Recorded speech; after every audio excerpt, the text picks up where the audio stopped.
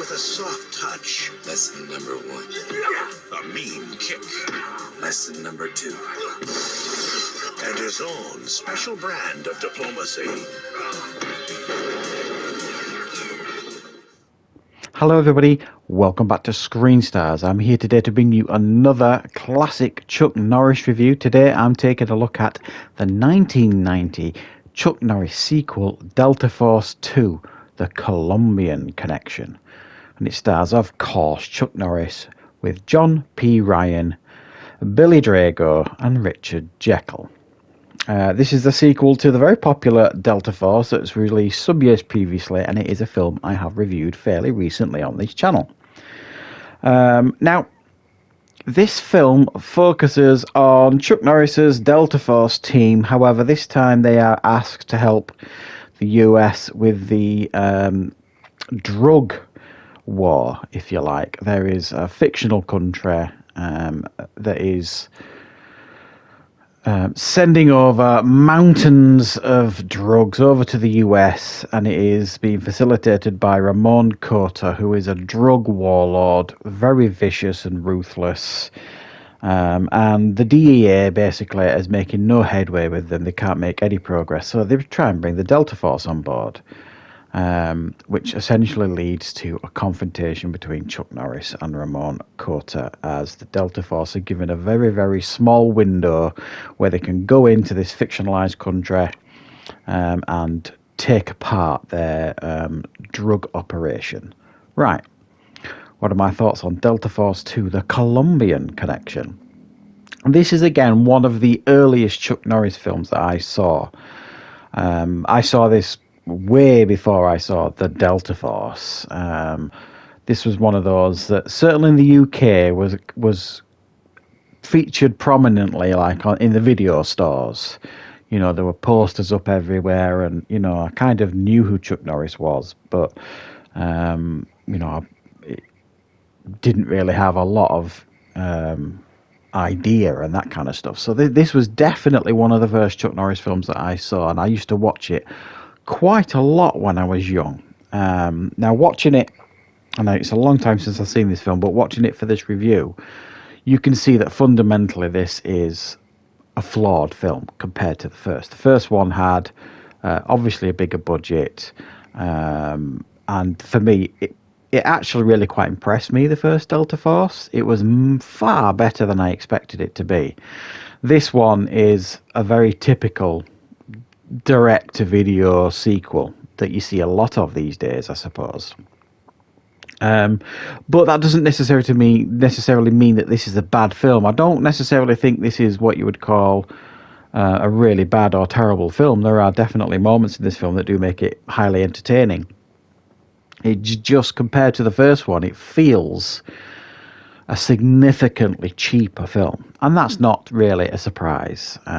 Those funding this, I mean, at the point of this being made, Canon was pretty much at the end of the road.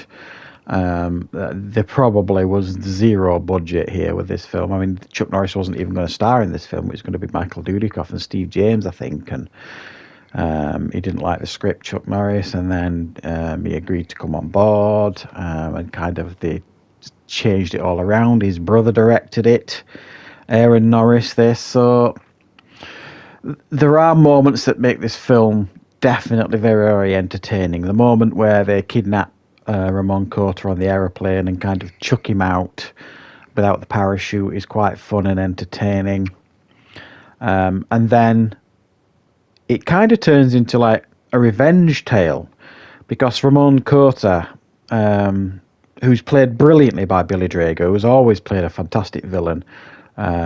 He was great in this, and he was great in Untouchables. He just looks like the perfect villain. So a very, very strong villain in this. So like it becomes like a revenge story, because he takes revenge on Chuck Norris and his partner for basically arresting him. And Chuck Norris's best friend, like, who works with him in Delta Force, his wife and brother are killed, and he kind of goes off on his own on a rampage, and which basically makes Chuck Norris kind of go on a rampage. He really wants to, take Cota out at this point.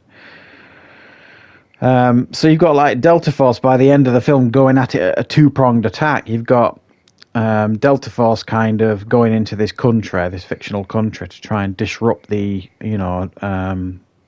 fields and stuff like that, and burn everything so they can't create these drugs anymore. And then you've got kind of Chuck Norris on his own going into Ramon Cortez' mansion to rescue some hostages. That he's got some like American hostages like DEA, which is like Richard Jekyll and a couple of others sort of thing. And that part of the film is actually quite fun and entertaining. It's the bits in between that kind of let this film down until they actually get out there. Chuck Norris gets out there. This film is pretty dull, I suppose it's fair to say. There's not an awful lot happens, with the only highlight being early on in the film, like I say, the scene in the plane where they chuck Carter out of the plane without the parachute. Everything else is just it feels like filler. There's a terrible scene at the beginning of the film with Chuck Norris in a Chinese restaurant, where there's these like punks disrespecting the owner of the Chinese restaurant, and then Chuck Norris kicks their asses. That's just really cringy. And there's a couple of other moments, family basketball games and things like that. You just kind of feel like, get on with it. This is filler.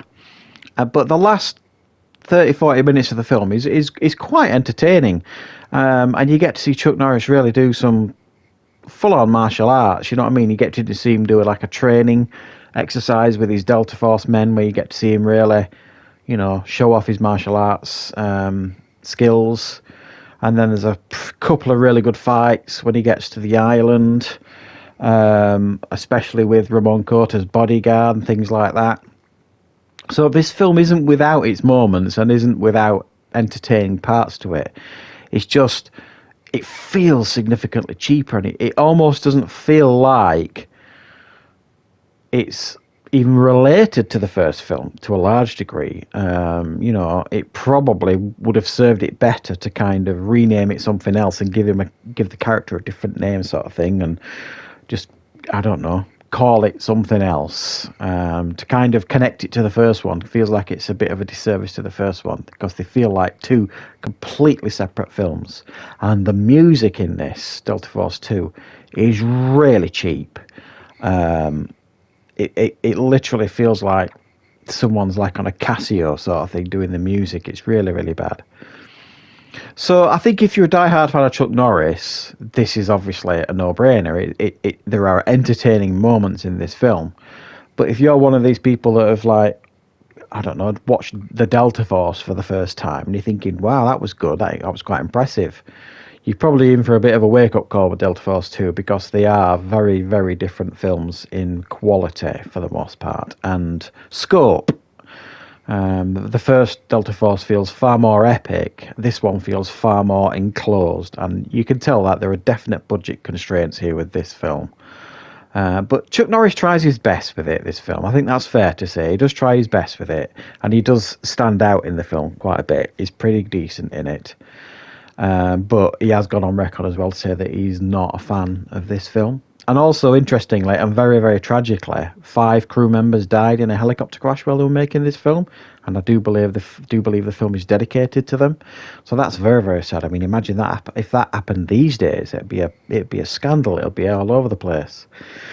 So yeah, while I don't think this is anywhere near as good as the first one, I did certainly enjoy Delta Force 2. There are definitely moments in it. Great villain, and Chuck Norris does get his moments to shine in the film as well. And there is some pretty good action by the end of the film.